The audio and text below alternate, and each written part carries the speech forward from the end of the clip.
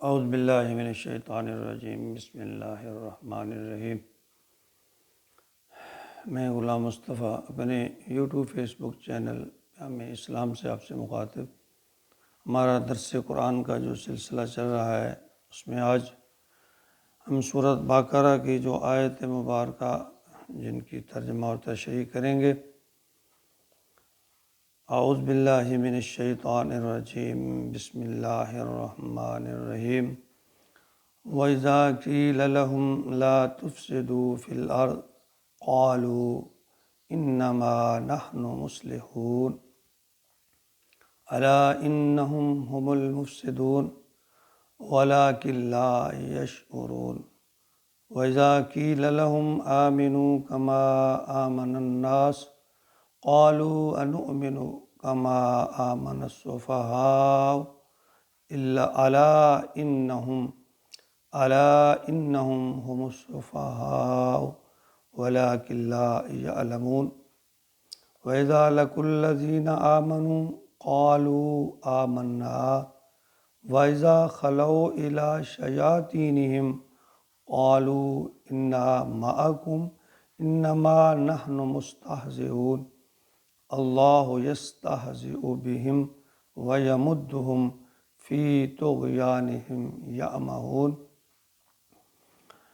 ان آیات مبارکہ میں اور اس سے پچھلی مہلک آیات مبارکہ میں منافقین کا تذکرہ ہے کہ اس میں دو طرح کے منافق ہیں، ایک وہ یہود اور دوسرے وہ لوگ جو نبی اکرم صلی اللہ علیہ وسلم پر بظاہر ایمان رکھتے تھے لیکن اندر ہی اندر سے وہ اسلام کے دشمن تھے۔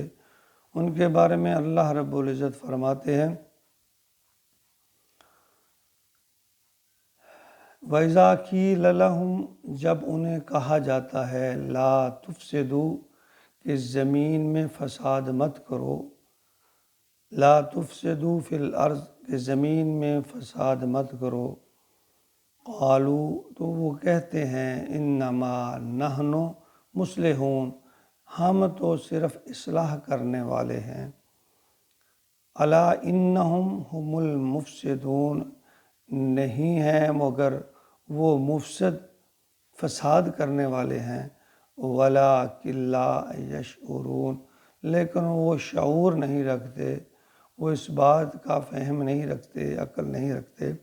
وَإِذَا قِيلَ لَهُمْ اور جب ان سے کہا جاتا ہے، آمنو کہ ایمان لے آؤ، کما آمن الناس جس طرح ایمان لائے لوگ، ایمان والے مومن جس طرح ایمان لائے تم بھی اس طرح ایمان لے آؤ، قالوا کہتے ہیں، انؤمن کما آمن السفہاء کیا ہم اس طرح ایمان لائیں گے جس طرح یہ بیوقوف ایمان لے آئے، الا انہم هم السفہاء نہیں بلکہ یہی بیوقوف ہیں، ولکن لا یعلمون لیکن یہ علم نہیں رکھتے۔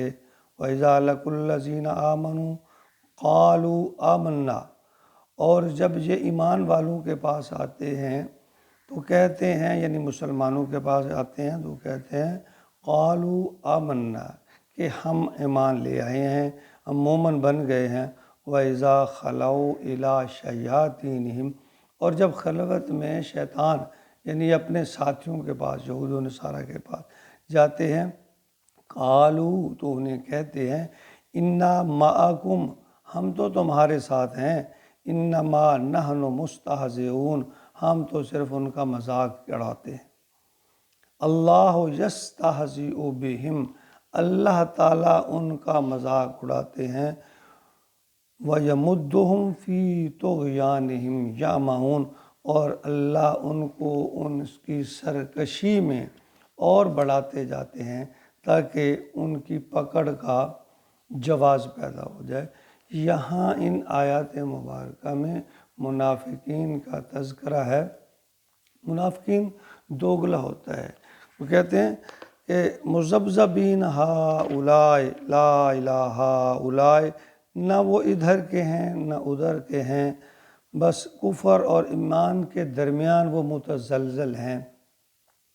اللہ تعالیٰ نے منافقین پر بہت ہی آخرت والے دن عذاب کا اعلان فرمایا ہے کہ جو لوگ اپنے دین کو مذاق سمجھتے ہیں اور وہ دنیاوی غرض اور فائدے کی غرض سے دین کو، یعنی جب وہ مسلمانوں کے پاس، ایمان والوں کے پاس آتے ہیں تو وہ انہیں ظاہر کرتے ہیں کہ ہم تمہارے پاس ہیں، اور جب وہ اپنے شیطان ساتھیوں کے پاس جاتے ہیں تو انہیں یقین دلاتے ہیں کہ ہم تو ویسے مذاق کر رہے تھے، ہم تو اصل میں دلی طور پر آپ کے پاس ہیں۔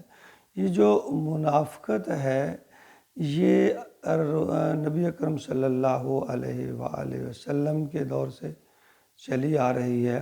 آج بھی دیکھیں، اگر کوئی آدمی دو طرفہ ہو تو اس کی بھی معاشرہ میں کوئی عزت نہیں ہوتی۔ برا ہے تو لوگ سمجھیں برا ہے، وہ کہتے ہیں کہ ہم جو نہ بروں کے نظر میں برے ہوں اور نہ اچھوں کی نظر میں برے ہوں، تو اس طرح کے لوگ نہ دین کے ہیں نہ دنیا کے ہیں۔ اللہ تعالیٰ ہر مسلمان کو منافقت سے بچائے۔ ہم دنیاوی لالچ، فائدے کے لیے دین کی باتوں کا مذاق اڑائیں، اللہ نہ کرے ایسا ہو، کوئی بھی مسلمان ایسا کرے۔ ہمیں دل سے، صاف دل سے، اخلاص کے ساتھ اللہ رب العزت اور اللہ کے پیارے رسول کے احکامات کو ماننا چاہیے، اس پہ عمل کرنا چاہیے۔ اللہ تو دلوں کے اندر پیدا ہونے والے خیالات، بلکہ پیدا ہونے سے پہلے جو ابھی پیدا ہونے ان کو بھی جانتے ہیں، تو پھر اللہ رب العزت سے کیسا پردہ؟ دنیا سے تو ہم چھپا سکتے ہیں اپنے کردار کو، اپنے اخلاق کو، اپنے گفتار کو ہم دنیا سے چھپا سکتے ہیں، لیکن اللہ سے نہیں چھپا سکتے۔ تو ہمیں چاہیے کہ ہمیں دل و جان سے، بڑے اخلاص کے ساتھ اللہ رب العزت اور اللہ کے پیارے رسول کی بات کو مانیں، تسلیم کریں، پھر اس پر عمل کریں تاکہ ہم اللہ کے حضور سرخرو ہو سکیں۔ اللہ تعالیٰ ہمیں منافقت سے بچائے۔ وما علینا الا البلاغ۔